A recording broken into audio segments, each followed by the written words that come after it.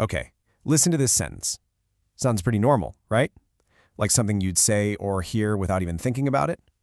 But what if I told you it's not so normal after all? Yeah, because hidden inside that very simple sentence, and really inside just one of those words, is this incredible story. It's about language, about simplicity, and believe it or not, about connecting the entire world. Welcome to the 850-word secret. All right, so let's zoom in on that one word, oven. I know, it's just a kitchen appliance. But stick with me here, because that humble metal box, it's actually holding a fascinating linguistic key. Now, you'd probably think a dictionary entry for the word oven has got to be like the most boring thing on the planet to read. Well, you'd be wrong. There is something really cool hiding just under the surface.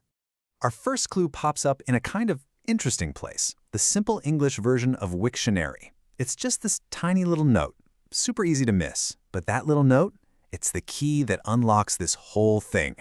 So that one sentence points us straight to something called the Basic English 850 list. And this right here is where we really start to crack the code.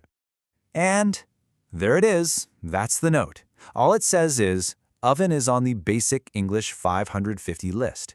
And that one little phrase, it completely changes how we should look at this word. Okay, so now you're probably asking the exact same thing I did. What on earth is the Basic English 850 list? Well, it all boils down to this number, 850. And let me tell you, this is not just some random number. It was picked very, very carefully for a really ambitious reason. See, that number is the entire foundation of something called Basic English. Think of it as a simplified version of English, almost like a starter kit for the language.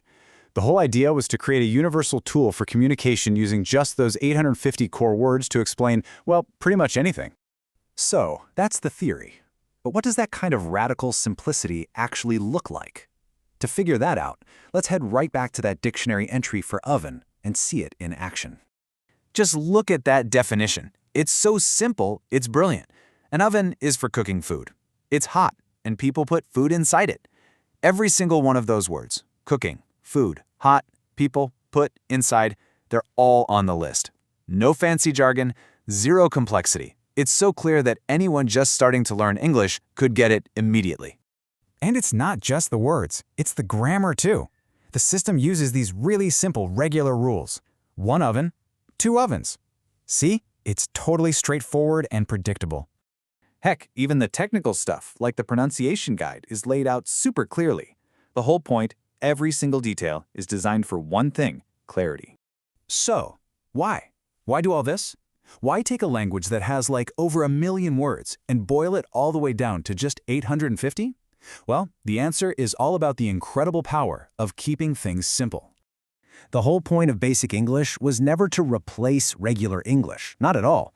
It was meant to be a bridge, a tool to make learning way easier, to explain complicated ideas from science or business in simple terms, and, the biggest goal of all, to connect people no matter what language they grew up speaking. So, did it actually work? Was this just some clever academic idea, or did it make a real difference in the world? Oh yeah, this is where our little story about an oven goes totally global. 59. What's that? Well, on that one single Wiktionary page for our humble little word oven, you can find translations for it in 59 different languages. And just look at the range here. We're talking Spanish, Japanese, Russian, Arabic. But then you've got Kannada from India, Kiswahili from parts of Africa, even Gagana Samoa from the Pacific Islands.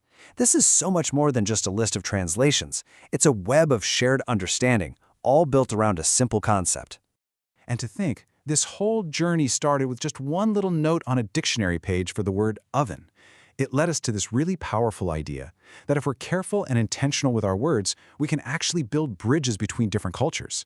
That is the real power of Basic English. So, I'll leave you with this thought. If you only had those 850 words to work with, if you were forced to be as clear and simple as possible, what's the one idea you think is so important you'd want to share it with the whole world?